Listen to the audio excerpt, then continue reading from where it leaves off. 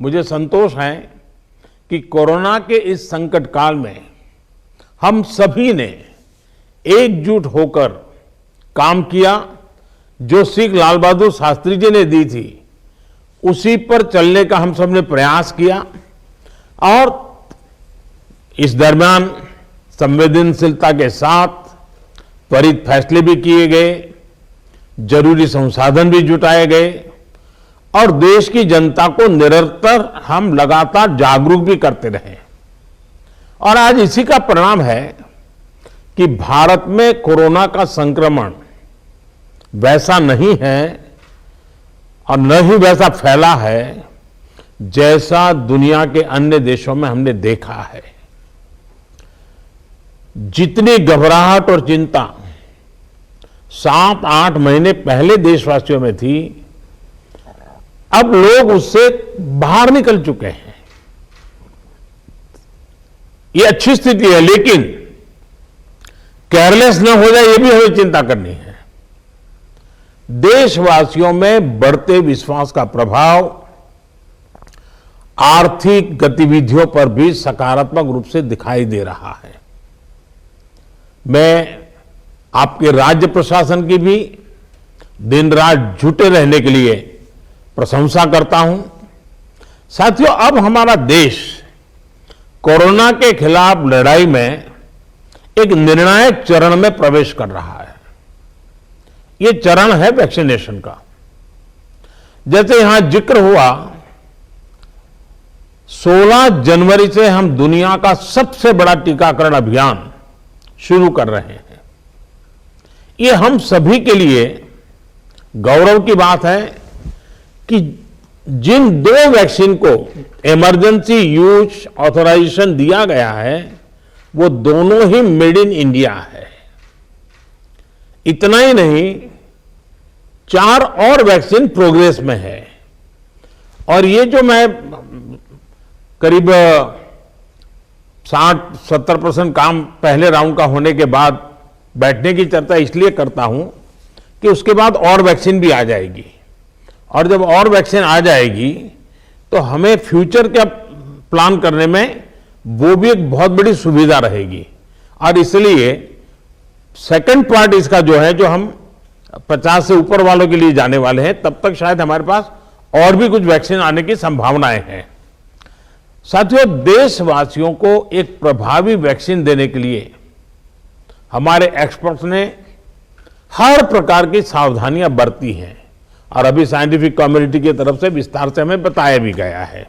और आपको मालूम होगा, मैं इस विषय में जब भी मुख्यमंत्रियों के साथ बात हुई, मैंने हमेशा एक ही जवाब दिया था कि इस विषय में हम जो भी निर्णय करना होगा वो साइंटिफिक कम्युनिटी जो कहेगी वो ही हम करेंगे। साइंटिफिक कम्युनिटी को ही हम फाइनल वर्ड मानेंगे और हम उसी प्रकार चलते रहे हैं। कई लोग कहते थे, देखिए दुनिया में वैक्सीन आ गई, भारत क्या कर रहा है, भारत सो रहा है, इतने लाख हो गया, इतना हो गया, भारत कुछ, ऐसी भी चिल्लाहट हुई। लेकिन फिर भी हमारा मत था कि ये साइंटिफिक कम्युनिटी और जो इसके लिए जिम्मेवार लोग हैं उनकी तरफ से जब आएगा तभी हमारे लिए उचित होगा और हम उसी दिशा में चले हैं। बड़ी बात जो मैं दोहराना चाहता हूं कि हमारी दोनों वैक्सीन्स दुनिया की दूसरी वैक्सीन से ज्यादा कॉस्ट इफेक्टिव है। हम कल्पना कर सकते हैं, अगर भारत को कोरोना टीकाकरण के लिए विदेशी वैक्सीन पर पूरी तरह निर्भर रहना पड़ता तो हमारे क्या हालत होते, कितनी बड़ी मुश्किल होती, हम उसका अंदाज लगा सकते हैं। ये वैक्सीन भारत की स्थितियां और परिस्थितियों को देखते हुए निर्मित की गई है।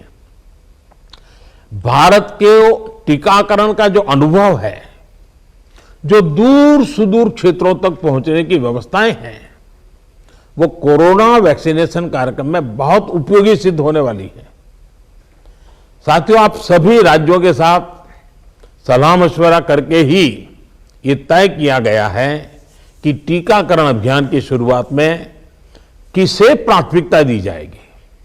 हमारी कोशिश सबसे पहले उन लोगों तक कोरोना वैक्सीन पहुंचाने की है जो देशवासियों की स्वास्थ्य सुरक्षा में जुटे हुए हैं, जो हमारे हेल्थ वर्कर्स हैं, सरकारी हो या प्राइवेट। पहले उनको टीका लगाया जाएगा।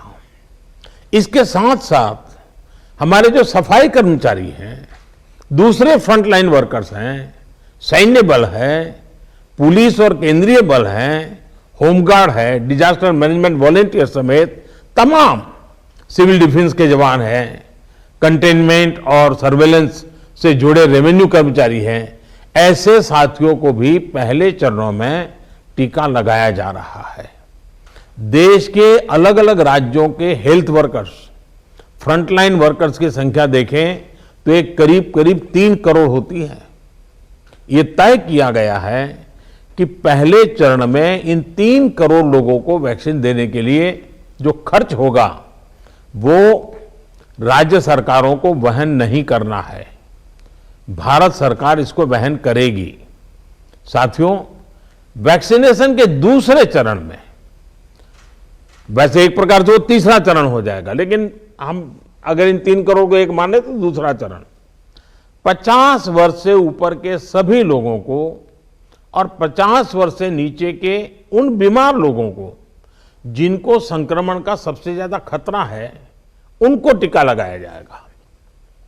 आप सभी परिचित हैं कि बीते कुछ हफ्तों में जरूरी इंफ्रास्ट्रक्चर से लेकर लॉजिस्टिक तक की तैयारियां सभी राज्यों और केंद्र शासित प्रदेशों के साथ विचार विमर्श करके, लगातार मीटिंगें करके, मॉड्यूल्स बना करके इसको पूरा किया गया है। देश के लगभग हर जिले में ड्राई रन्स भी पूरे हो चुके हैं। इतने बड़े देश में सभी जिलों में ड्राई रन्स हो जाना, ये भी अपने आप में हमारी काफी बड़ी कैपेबिलिटी को दिखाता है। हमारी जो नई तैयारियां हैं, जो कोविड के एसओपीज हैं, उनको अब हमें अपने पुराने अनुभवों के साथ जोड़ना है। भारत में पहले से ही अनेक यूनिवर्सल इम्यूनाइजेशन प्रोग्राम ऑलरेडी चल रहे हैं, हमारे लोग बड़ी सफलतापूर्वक कर भी रहे हैं। मिशंस रूबेला जैसी बीमारियों के खिलाफ भी व्यापक कैंपेन हम लोग चला चुके हैं। दुनिया के सबसे बड़े चुनाव और देश के कोने कोने तक पहुंचकर मतदान की सुविधा देने का भी हमारे पास एक बहुत ही अच्छा अनुभव है। इसके लिए जो बूथ स्तर की रणनीति हम बनाते हैं, उसी को हमें यहां भी प्रयोग में लाना है। साथियों, इस टीकाकरण अभियान में सबसे अहम उनकी पहचान और मॉनिटरिंग का है जिनको टीका लगाना है। इसके लिए आधुनिक टेक्नोलॉजी का उपयोग करते हुए कोविन नाम का एक डिजिटल प्लेटफॉर्म भी बनाया गया है। आधार की मदद से लाभार्थियों की पहचान भी की जाएगी और उनको दूसरी डोज समय पर मिले, ये भी सुनिश्चित किया जाएगा। मेरा आप सभी से विशेष आग्रह रहेगा कि टीकाकरण से जुड़ा रियल टाइम डेटा कोविन पर अपलोड हो, ये सुनिश्चित करना है। इससे जरा सी चूक भी इस मिशन को नुकसान पहुंच सकता है। कोविन पहले टीके के बाद एक डिजिटल वैक्सीनेशन सर्टिफिकेट जनरेट करेगा। लाभार्थी को यह सर्टिफिकेट टीका लगाने के बाद डिजिटली तुरंत देना जरूरी है, ताकि उसे सर्टिफिकेट लेने के लिए फिर ना आना पड़े। किसको टीका लग चुका है, ये तो इस सर्टिफिकेट से पता चलेगा ही, साथ ही दूसरी डोज उसको कब लगेगी, इसके रिमाइंडर के रूप में भी ये काम करेगा। दूसरी डोज के बाद फाइनल सर्टिफिकेट दिया जाएगा। साथियों, भारत जो करने वाला है, उसे दुनिया के अनेक देश फिर फॉलो करेंगे। इसलिए हमारी जिम्मेदारी बहुत ज्यादा है। एक और अहम तथ्य है जिसका हमें ध्यान रखना है, दुनिया के 50 देशों में 3-4 सप्ताह से वैक्सीनेशन का काम चल रहा है। करीब करीब 1 महीना हुआ, लेकिन अब भी करीब करीब 2.5 करोड़ लोग ही वैक्सीन हो पाई है पूरी दुनिया में। उनकी अपनी तैयारियां हैं, उनका अपना अनुभव है, उनका सामर्थ्य है, वो अपने तरीके से कर रहे हैं। लेकिन अब भारत में हमें अगले कुछ महीनों में ही लगभग 30 करोड़ आबादी के टीकाकरण का लक्ष्य हासिल करना है। इस चुनौती का पूर्वानुमान लगाते हुए ही बीते महीनों में भारत ने बहुत व्यापक तैयारियां की हैं। कोरोना की वैक्सीन से अगर किसी को कुछ असहजता होती है तो उसके लिए भी जरूरी प्रबंध किए गए हैं। यूनिवर्सल इम्यूनाइजेशन प्रोग्राम में पहले से ही इसके लिए एक मैकेनिज्म हमारे पास रहता है। कोरोना टीकाकरण के लिए इसको और मजबूत किया गया है। साथियों, वैक्सीन और टीकाकरण की इन बातों के बीच हमें यह भी याद रखना है कि कोविड से जुड़े जो प्रोटोकॉल हम फॉलो करते आ रहे हैं उनको इस पूरी प्रक्रिया के दरमियान भी बनाए रखना है। थोड़ा सा भी लूजनेस नुकसान कर सकता है। और यही नहीं, जिनको टीका लगाया जा रहा है वो भी संक्रमण को रोकने के लिए जो सावधानियां हम लेते रहे हैं उनको फॉलो करते रहे। ये सुनिश्चित करना ही होगा।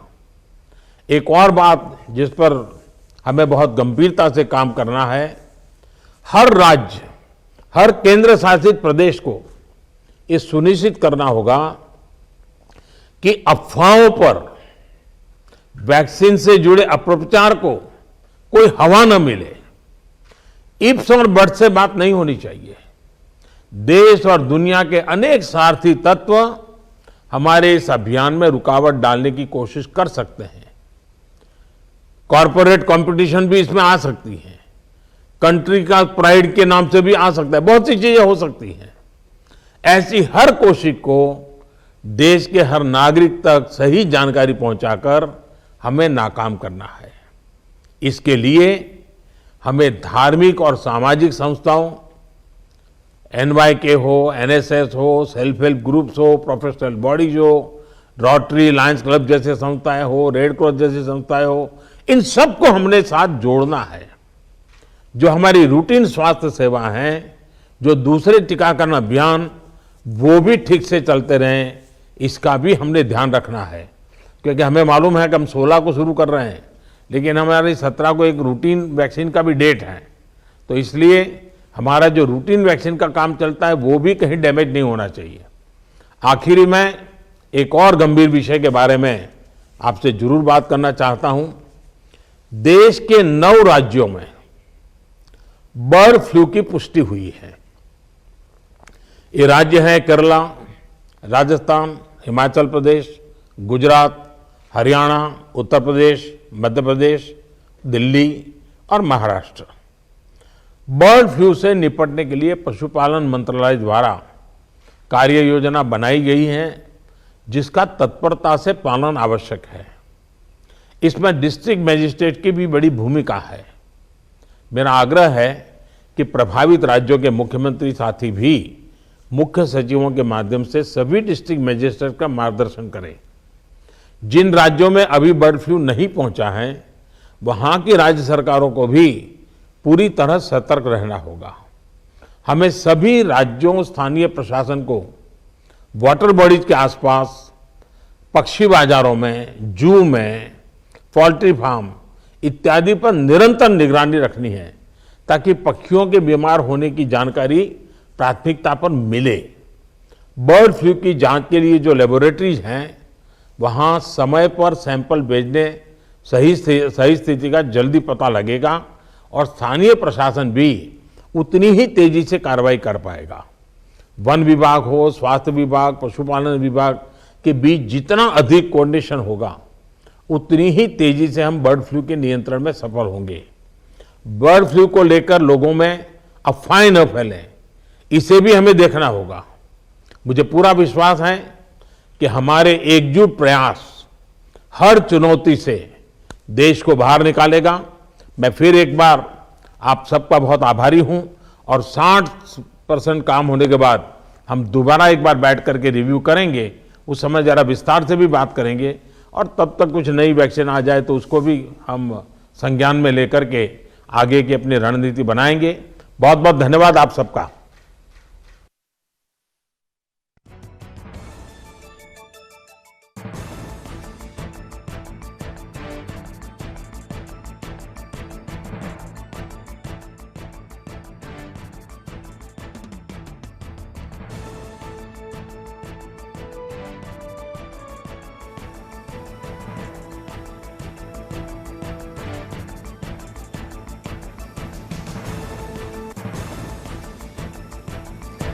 आपण टीकाकरण नहीं सीधा सड़क शुणुले प्रधानमंत्री नरेंद्र मोदी उद्बोधन रखुले सबु राज्यर मुख्यमंत्री प्रधानमंत्री आलोचना पर आसंता 16 तारिख अर्थात जनवरी 16 विश्वर सबुठारु बड़ टीकाकरण अभियान हेबो।